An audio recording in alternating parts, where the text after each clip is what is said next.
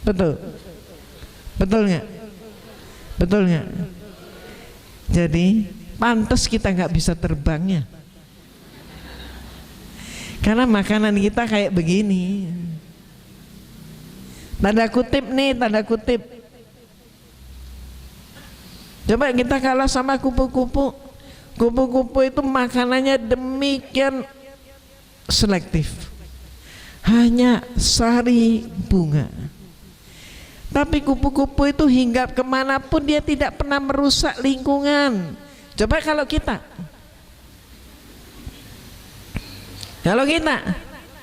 ngelihat laut, kita nggak ikhlas ngelihat laut, maka laut pun reklamasi. Setelah reklamasi nggak puas juga, maka kemudian dijual. Dijual untuk apa? Bukan untuk kepentingan rakyat, tapi untuk kepentingan konglomerat. Loh, itu manusia. Mohon maaf,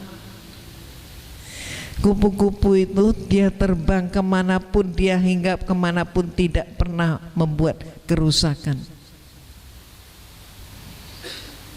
Itulah gambaran orang bertakwa. Ini ayo kita pikir, kita kembangkan lagi. Bekal kita antara lain memasuki bulan suci Ramadan. Ayo benar-benar tobat, tobatan nasuha. Kalau kita masih mau bergaya kayak, mohon maaf, kebanyakan gaya orang sekarang, hancur negeri kita. Oleh Allah kita diberi kesempatan setiap tahun ketemu satu kali Ramadan. Ya Allah, ayo kita mohon yuk. Ya Allah, berikanlah kesempatan hamba-Mu ya Allah, selesai Ramadan ini ya Allah. Berilah hamba-Mu kesempatan dan bimbinglah ya Allah, supaya Ramadan ini hamba-Mu menikmati Ramadan sebagai yang terbaik puasa kami ya Allah. Ibu, kapan lagi kita mohon ampun pada Allah dan Allah mengampuni kita sampai bersih kembali kalau enggak Ramadan ini? Jangan sia-siakan.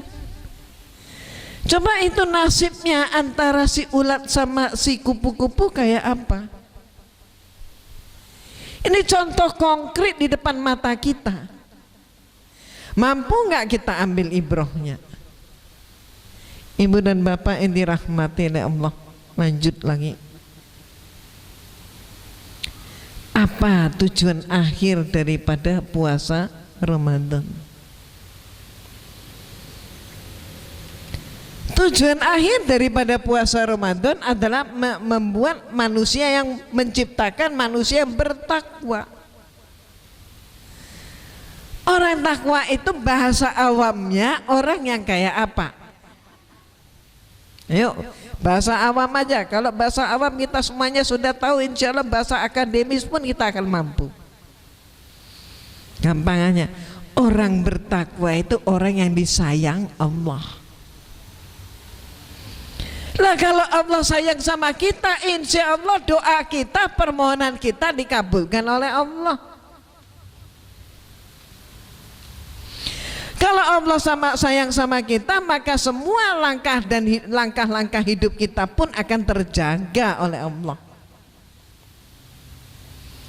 Nggak sampai kemudian mohon maaf Ramadan, tetangganya puasa, tetangganya sholat tarawih, yang bersangkutan masuk diskusi.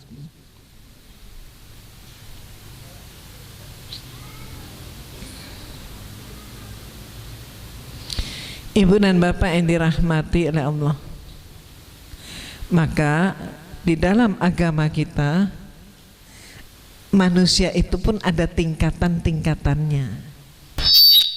Puasa pun ada tingkatan-tingkatan.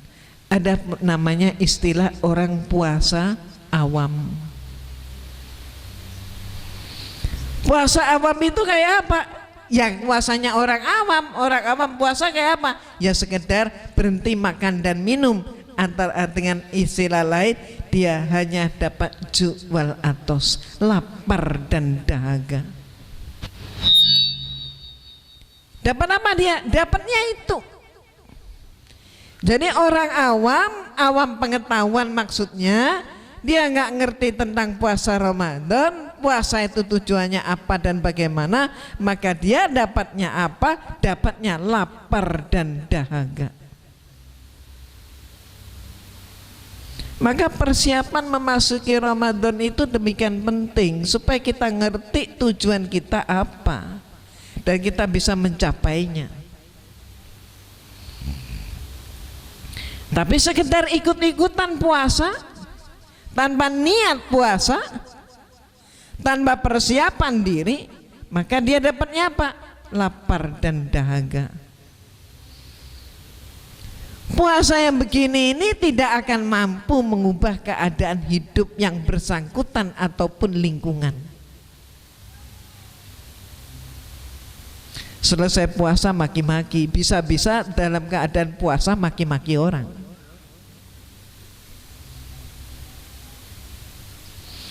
Lapar dan dahaga, maka kerjaannya mohon maaf antara lain apa kerjaannya? Antara lain mohon maaf dia tidur.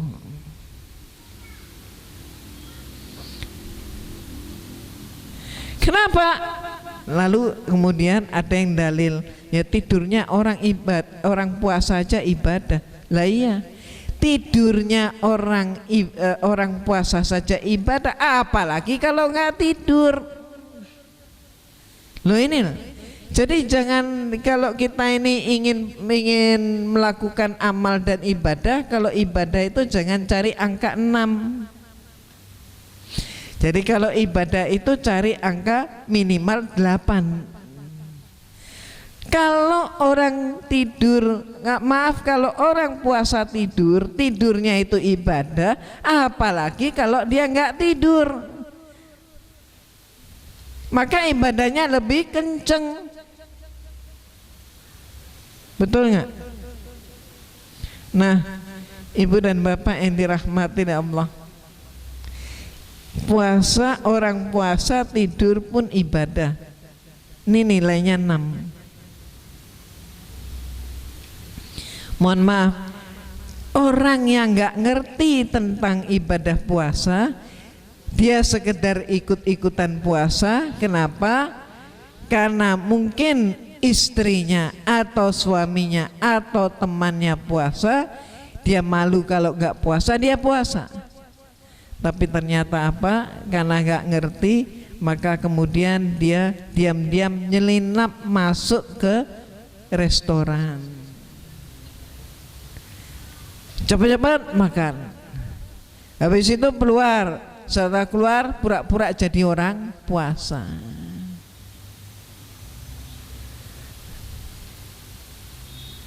Jadi sebenarnya ibadah puasa itu ibadah apa?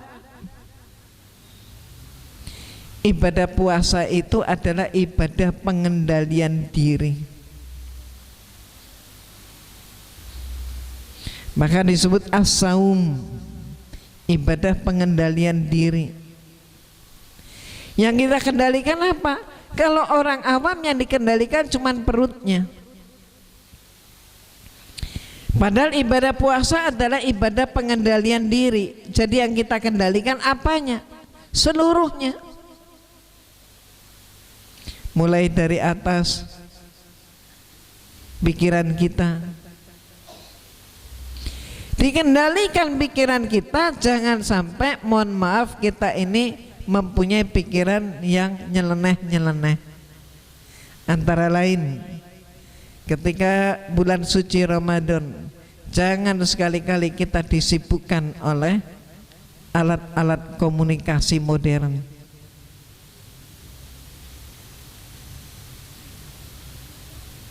Apalagi nonton film porno dan lain sebagainya.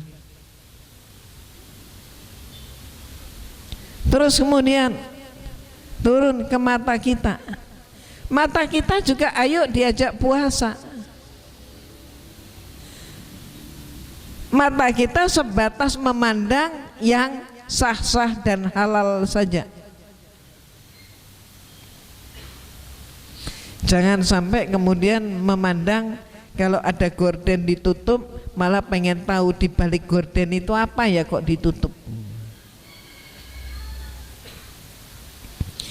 Setelah mata maka telinga. Telinga kita juga dipakai untuk mendengar yang perlu kita dengar, yang sah untuk didengar. Jangan dipakai untuk mendengar yang lain. Sampai kemudian setelah telinga, hidung kita. Hidung kita, mohon maaf, jangan sampai ada pepatah lama yang menyatakan ada hidung kok belang.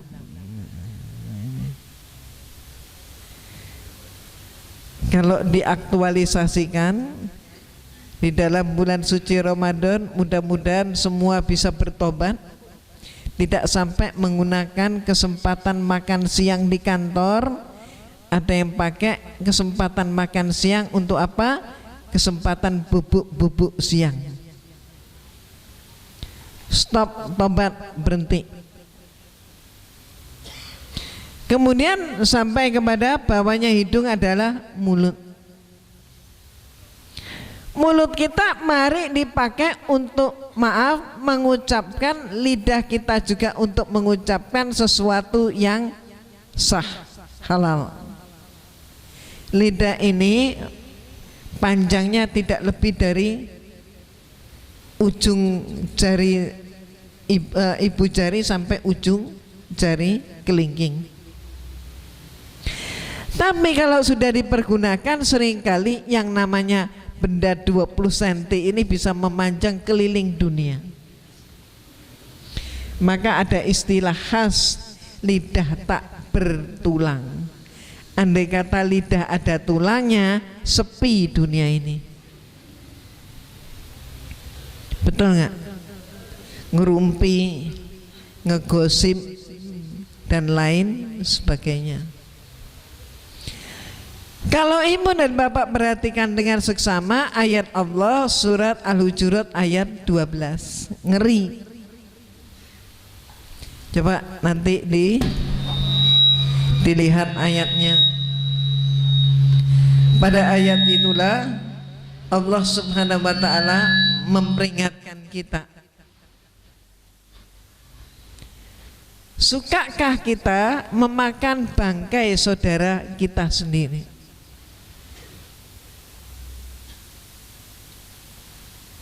Siapa pemakan bangkai saudaranya sendiri? Ternyata pemakan bangkai itu adalah orang yang hobinya ngerumpi dan ngegosip. Padahal sekarang ini, mohon maaf, televisi kita jago ngerumpi, jago ngegosip. Ayo, jangan sampai kita ini menjadi korban. Ayo kita ini mengatur diri kita. Mohon maaf, di rumah saya pun ada TV, tapi TV saya di rumah itu setengah tahun mungkin dipakai hanya 1-2 kali. Kenapa? Kalau kita tidak pandai-pandai memilih acara televisi, maka kita yang diatur oleh mereka. Selama bulan suci Ramadan, manfaatkan waktu sebulan penuh itu dengan mendekatkan diri kepada Allah, bukan kepada yang lain. Lalu tangan kita pakai apa? Jangan sampai tangan kita menandatangani atau menulis yang nggak benar.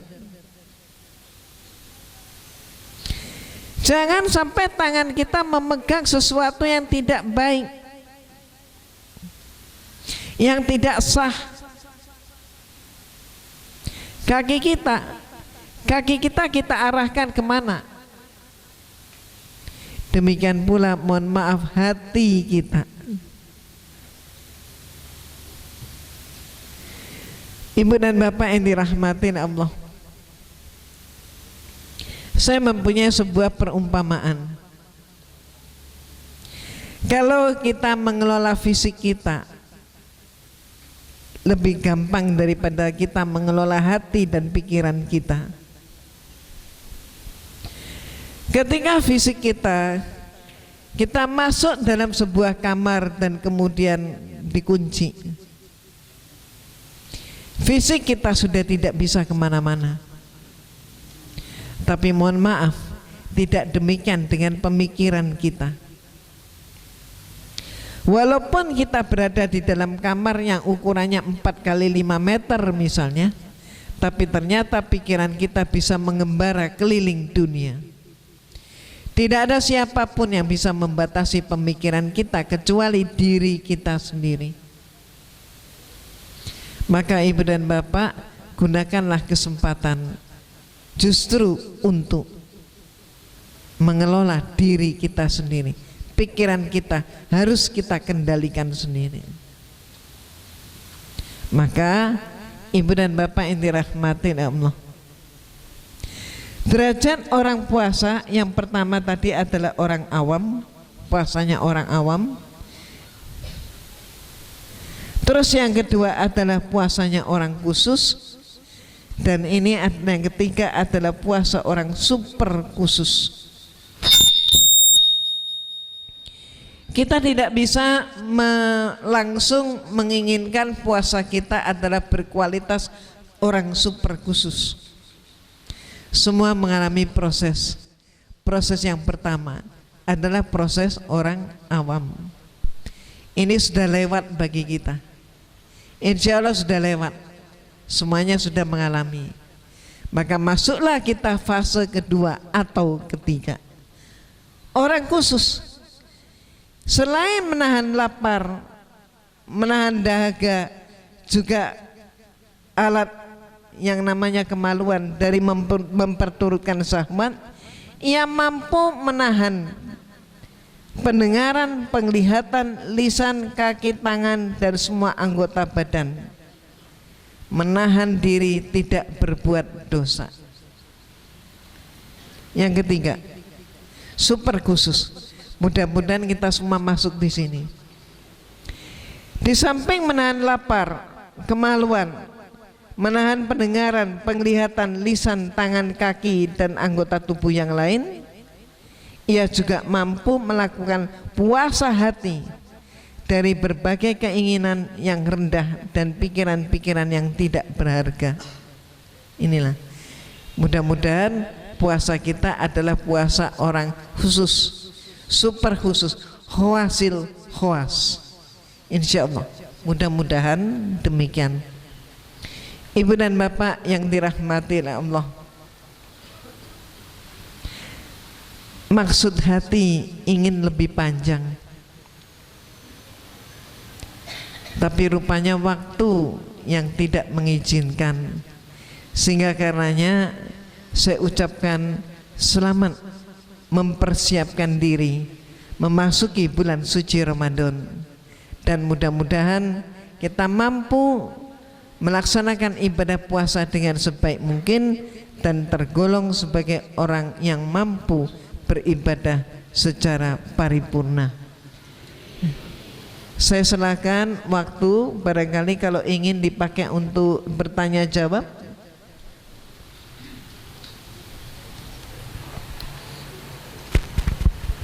Terima kasih untuk Umi Hajah Irena Handono. Mungkin untuk selanjutnya adalah sesi tanya jawab. Di masing-masing bagian sudah ada stand mic, jadi nanti untuk yang ingin bertanya bisa langsung angkat tangan dan menuju ke stand mic. Mungkin dari jamaah bapak-bapak terlebih dahulu.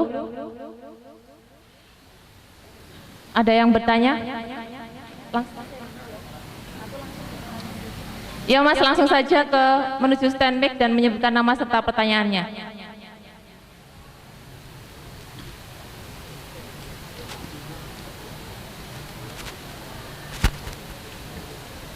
Assalamualaikum.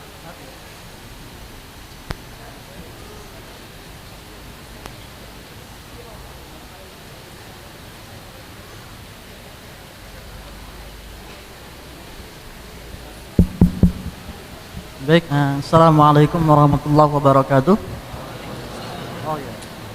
Nama saya Rudi, terima kasih atas waktunya dan saya ingin bertanya, adakah trik-trik khusus yang dipersiapkan oleh Irina Center untuk melawan kristenisasi, mengingat bahwa di kota Bekasi sedang dibangun gereja terbesar se-Asia Tenggara? Dan yang kedua, apakah benar yang dikatakan sebagian akademisi bahwa di dunia sekarang ini sedang berjalan yang mengatasnamakan itu kelompok-kelompok segitiga atau segitiga terbalik seperti itu. Baik, terima kasih. Assalamualaikum warahmatullahi wabarakatuh. Ya, kalau boleh saya agak memberikan gambaran yang lebih jauh lagi. Alhamdulillah Islam itu berkembang dengan pesat di seluruh dunia. Islam berkembang dengan pesat di Amerika, di Australia, di Kanada, di Nederland, Jerman, Inggris, Prancis, Swedia. Bahkan Islam berkembang dengan pesat sampai di Cina, dan juga mohon maaf di luar dugaan demikian pesatnya di Rusia. Boleh dibilang seluruh dunia Islam itu berkembang kecuali satu negara. Jadi yang lain-lain sedunia ini Islamnya naik. Tapi ada keanehan, satu dunia Islamnya itu turun. Di mana ini? Yang turun yang aneh ini adalah di Indonesia. Dengar Ibu, dengar. Jadi seluruh dunia itu Islam naik. Seluruh negara Islamnya naik. Minus satu negara di dunia ini yang aneh. Dan yang aneh itu Islam yang turun itu di mana? Di negeri kita, Indonesia tercinta. Maka ada apa ini? Dan ini kalau Ibu dan Bapak perhatikan pada grafik pendirian rumah ibadah, ada agama yang tempat ibadahnya itu menaik sampai 350%. Tapi juga ada agama yang kenaikan tempat ibadahnya hanya 60%. Itu 350%. Tapi ada yang 60% saja. Siapa yang 60% ini? 60% ini adalah umat Islam, pendirian masjidnya hanya 60%. Satu contoh lagi, tadi pagi saya pun baru berbincang, Turki. Turki ini beberapa tahun yang lalu, katakanlah 3 tahun yang lalu, Turki ini masuk peringkat negara dengan kesejahteraan dan kekuatan ekonomi ke 113.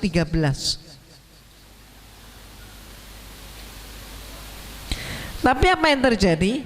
Hari ini Turki itu bisa melesat naik ke peringkat negara terkuat di bidang ekonomi ketiga di dunia. Fantastik, nggak masuk akal kalau bukan karena ridha Allah. Lalu apa sih yang membuat Turki itu demikian melesat seperti meteor? Ternyata apa? Saya beberapa kali ke Turki. Ternyata, mohon maaf, orang sholat subuh di Turki, termasuk di ibu kotanya, Ankara, Istanbul, juga kota besarnya, apa yang terjadi? Sholat subuh di Turki itu sama dengan sholat Jumatnya kita di Indonesia.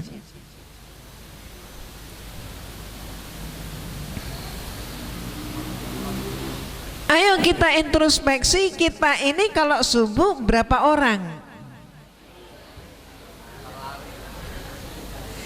Jangan-jangan kalau subuh cuma 2 shaf.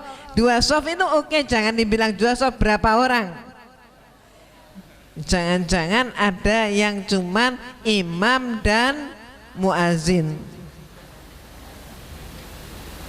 2 orang. Lah apa gimana nggak mau hancur gitu kan Pak? Permasalahannya itu aja, dampaknya di situ. Apa nggak mau hancur? Nah ini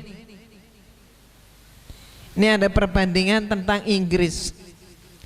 Itu di Inggris itu tahun 90, itu yang namanya sebelah kiri itu gereja itu penuh kayak begitu. Masjid-masjid tahun 90 itu masih sepi. Tapi tahun 2013 gereja itu justru sepi. Yang penuh sesak justru masjid. Belum lagi nanti kalau saya tunjukkan pada ibu dan bapak betapa banyaknya gereja-gereja saat ini dijual.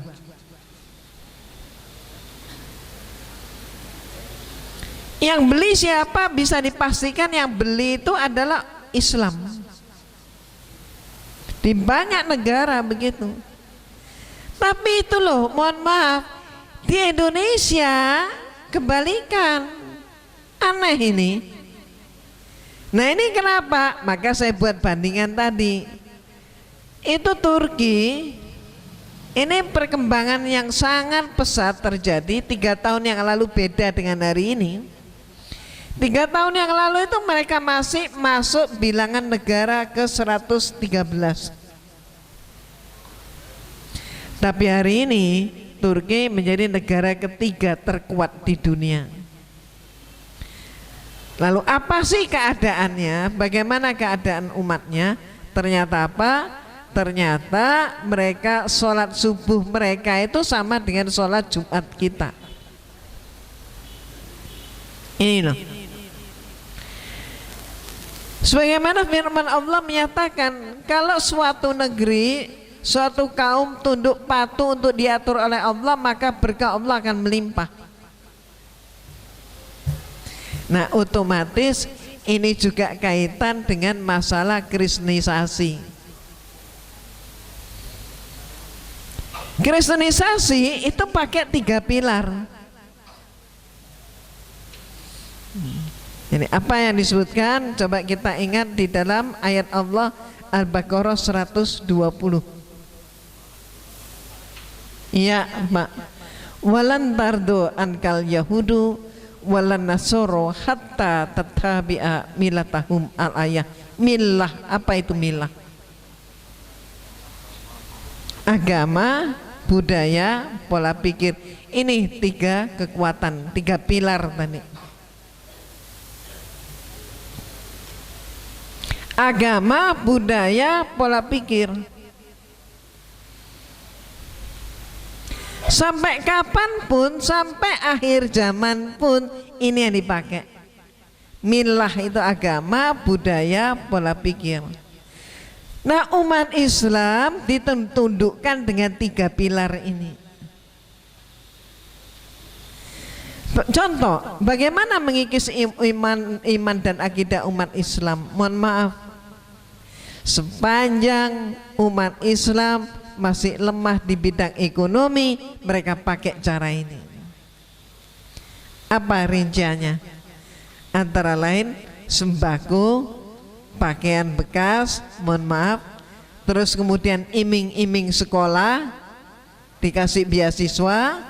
Sementara sekolah di negeri kita ini mahal, kemudian dengan pengobatan gratis.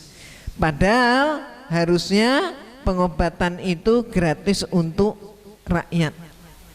Tapi di Indonesia mahal, maka yang dipakai itu.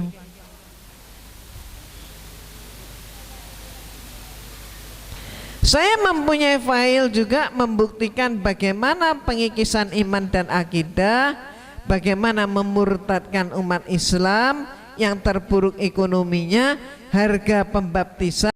Jadi umat Islam meninggalkan akidah ditandai dengan dia dibaptis. Berapa harganya? Cuman Rp20.000 saja. Nah ini. Lalu bagaimana cara kita? Mudah-mudahan ini tidak sekedar pertanyaan, tapi ayo kita lakukan. Saat ini kita harus tahu bahwa harus mempunyai pembuktian untuk diri sendiri bahwa kita Islam, bahwa kita memutuskan bahwa diri kita tetap Islam, tetap berada dalam Islam, karena kita tahu bahwa Islam adalah agama yang hak. Kita bisa buktikan bahwa kita bertahan dalam Islam karena Islam adalah agama yang hak. Ini yang penting. Generasi muda sekarang ini diwarnai oleh generasi yang meminta pembuktian. Kita tidak cukup mendoktrinkan bahwa Islam itu agama yang sempurna, tapi kita harus mampu membuktikan kesempurnaannya. Lewat apa? Orang dewasa memilih sesuatu itu karena perbandingan. Tadi pagi misalnya, panitia sudah bertanya kepada saya, nanti siang Umi mau makan apa? Maka kemudian saya melakukan perbandingan. Inilah ciri orang dewasa menentukan pilihan. Saya dari Jakarta membawa koper pun saya isi dengan pakaian melalui apa? Perbandingan.